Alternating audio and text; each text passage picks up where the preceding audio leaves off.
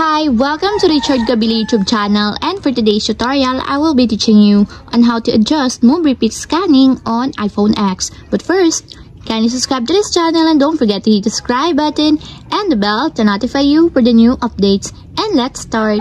Using your iPhone X, from your home screen first, go to Settings. Then in the settings, scroll down and find the accessibility and then top.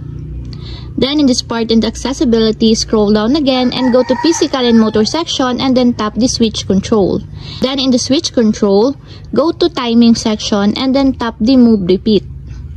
Then in this part in the move repeat, as you will see, you can now adjust here the time per second that you want. For example, you want to increase the time per second, just tap the positive sign located on the right side to adjust it just like this.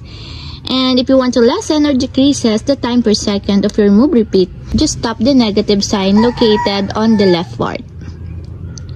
And that's it, we have successfully adjusted move repeat scanning on iPhone X. If you have a question, can you comment down below and don't forget to hit the subscribe button and the bell to notify you for the new updates. And thank you for watching!